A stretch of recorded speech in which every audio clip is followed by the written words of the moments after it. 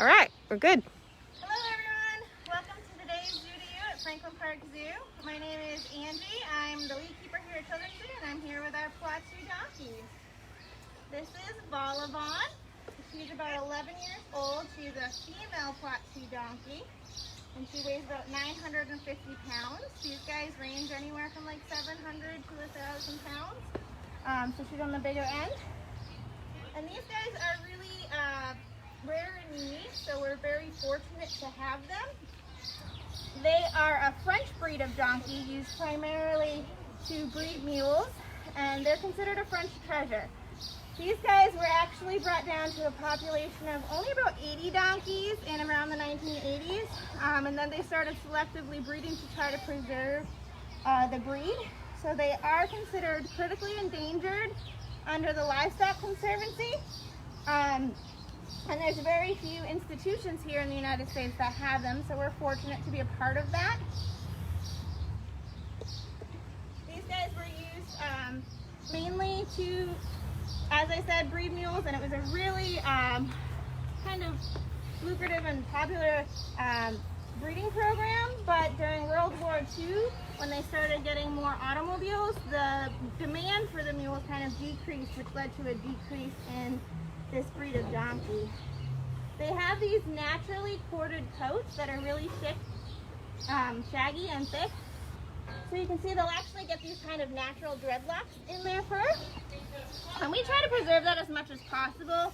We do brush our two here daily. They're used to having daily grooming done, and their feet worked with. We want to keep them used to being snuggle baths, but we try to keep the brushing pretty minimal to help preserve that coat.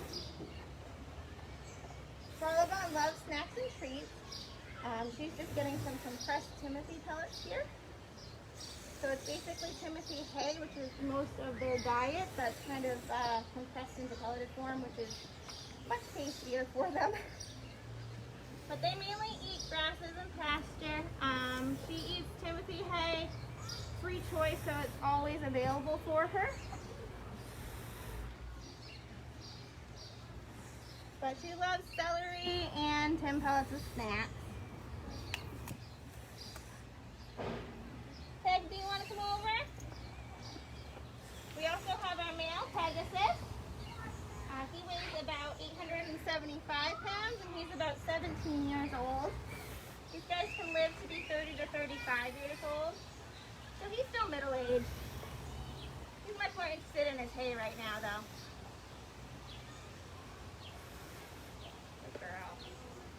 Target. Thank you. So she does no target, which is a behavior we use with most of our animals with operant conditioning. And it's just she touches her nose to her hand or to a special target pole with a ball on the end. And she gets a treat when she does that. So we use what's called a bridge, which is typically a click. And that lets her know she did that behavior and she'll get a reward. Her trainer does also work with her on desensitization to medical procedures. So she's been working on getting used to getting blood drawn by the veterinary staff. So it's not a stressful procedure for her. Yeah, we want to keep everything as calm as we can while still allowing us to get the medical information we need. So she does really good for her daily grooming. We also have what's called a farrier come in about every 6 to 8 weeks and do both these guys and our pony and donkey's hooves to regularly trim them. So she does really well for that. She's used to standing for that. These guys will walk on a halter and a lead as well. Yeah. But they definitely don't react the same way as horses. They are a little bit more stubborn. You've probably heard the myth that donkeys are more stubborn, and that's definitely true. But they also kind of stop and think things through more thoroughly than horses. They don't immediately react to things. So they'll kind of stand there and kind of think about what's happening. So if they don't want to move or they see something that they consider could be a threat or scary, they'll just kind of stop. And they might stand there for quite a while before they decide to proceed forward, whereas horses tend to react with more of a flight instinct. So it kind of is a difference in temperament between donkeys and horses, and you kind of got to work through it with them as opposed to kind of pushing them forward. So it's requires a lot of patience. Yeah. So we've had a question come in. What types of enrichment do they enjoy? So these guys, as you can see, she loves snacks. They don't react a huge amount with toys, but we do try to provide them. So we have right here, this is actually a feeder for them. It's got hay inside and some extra snacks, so they'll kind of bash it around to get those snacks out. So currently it's got some celery in there. She's already moved it a little bit. We also give them Jolly Balls, which is that red ball back there. They don't play with it a ton, but we like to provide them the option. And it's just kind of a soft ball that they can throw around and play with. Their favorite thing is getting different types of browse. So we give them different logs that they can chew the bark off of. Pegasus is actually on a restricted diet due to some medical conditions, so he can't have a lot of sugar. And that means he can't have a lot of treats that he would otherwise be able to enjoy. Like Vollavon can get sweet potatoes. She really likes that, and a little bit of apple. Pegasus cannot have that, so we limit what we put outside for him. Also, he cannot have a lot of leaves because of that, of different types of browse, but they can chew the bark off of it.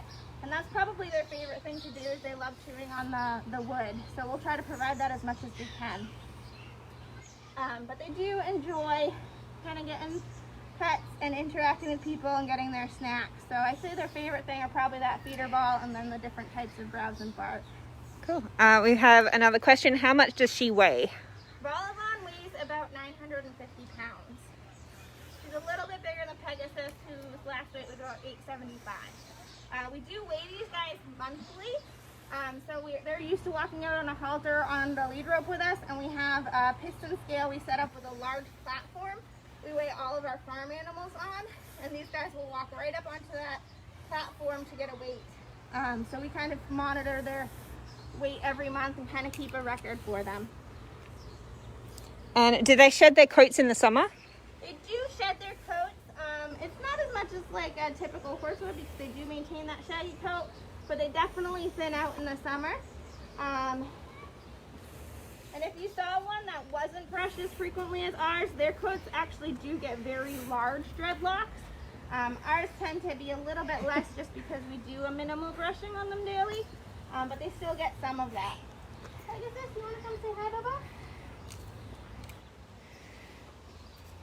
Vollavon definitely loves the attention a little bit more than Peg. He does like coming up for snacks and interaction, but she will get right in your face looking for some treats and scratches.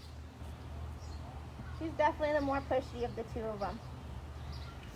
You guys can see, just like horses, they do use their lips to help eat food. She's got very, they're not quite prehensile like some animals, like a tapir, but they do have that kind of lip that'll help them pick up food and grasses.